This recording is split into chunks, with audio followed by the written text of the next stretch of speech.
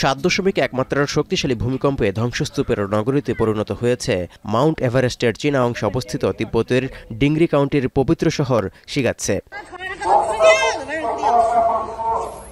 ক্ষতিগ্রস্ত হয়েছে হাজারের বেশি বাড়িঘর ও স্থাপনা, বাড়ছে হতাহতের সংখ্যা। প্রাণের সন্ধানে ধসে পড়া স্থাপনায় চলছে উদ্ধার তৎপরতা। অ্যাম্বুলেন্সের শব্দে ভারী হয়ে উঠছে মাউন্ট এভারেস্ট লাগোয়া তিব্বতের প্রত্যন্ত নগরীটি। স্থানীয় সময় মঙ্গলবার সকাল ৯টার দিকে ভূপৃষ্ঠের ১০ কিলোমিটার গভীরে উৎপত্তি হয় এই ভূমিকম্পের। পরিস্থিতিকে আরও ভয়াবহ করে তুলেছে তীব্র শীত আবহ। এরই মধ্যে বর্তমানে -৮°C তাপমাত্রার পারদ -18°C নামার পূর্বাভাস দিয়েছে চীনের আবহাওয়া অফিস। এই অবস্থায় হতাহতের সংখ্যা কমিয়ে আনতে সম্ভাব্য সর্বোচ্চ শক্তি দিয়ে উদ্ধার কাজ চালানোর নির্দেশ দিয়েছেন চীনের প্রেসিডেন্ট শি জিনপিং। শিগাৎসে পাঠানো হয়েছে পর্যাপ্ত গরম কাপড় ও তাঁবুসহ দুর্যোগ ও ত্রাণ সহায়তা।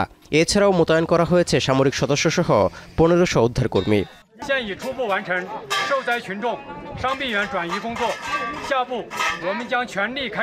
চীনের রাষ্ট্রীয় গণমাধ্যমের তথ্য বলছে, তিব্বতের শিগাৎসের ২০০ কিলোমিটার এলাকায় গেল ৫ বছরে ২৯ বার ভূমিকম্প হয়েছে। তবে মঙ্গলবারের ভূমিকম্প ছিল সবচেয়ে শক্তিশালী। মার্কিন ভূতাত্ত্বিক জরিপ সংস্থার তথ্য অনুযায়ী ভূমিকম্পটির মাত্রা ৭.১ বলা হলেও চীন বলছে রিক্টার স্কেলে মাত্রা ছিল ৬.৮। শক্তিশালী ভূমিকম্পটির কয়েক ঘন্টার মধ্যে ওই এলাকায় ছোট ছোট আরও কয়েকটি ভূমিকম্প অনুভূত হয়। তিব্বতের সবচেয়ে উঁচু অঞ্চলটিতে শক্তিশালী ভূমিকম্প আঘাত হানার পর নেপালেও কয়েক দফা আফটারশক অনুভূত হয়।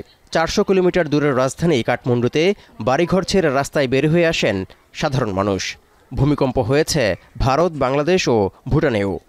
खाट किन हल्लाउँछ भनेर म त बच्चाले खाट हल्ला भनेर घच किन हल्लाउँछ भन्दै कराउँदै सुतिरहेको आएर। এর আগে ২০১৫ সালে নেপালে ৭.৮ মাত্রার ভূমিকম্পে ৯,০০০ মানুষের মৃত্যু হয়। ২০০৮ সালে চীনের সিচুয়ান প্রদেশে ভূমিকম্পে প্রায় ৭০,০০০ মানুষের প্রাণ গেছে। মঙ্গলবারের ভূমিকম্পটি গোটা হিমালয় অঞ্চলে ১০০ বছরের মধ্যে সবচেয়ে ভয়াবহ ভূমিকম্পের মধ্যে একটি। তৌহিদুর রহমান, এখন বিশ্ব।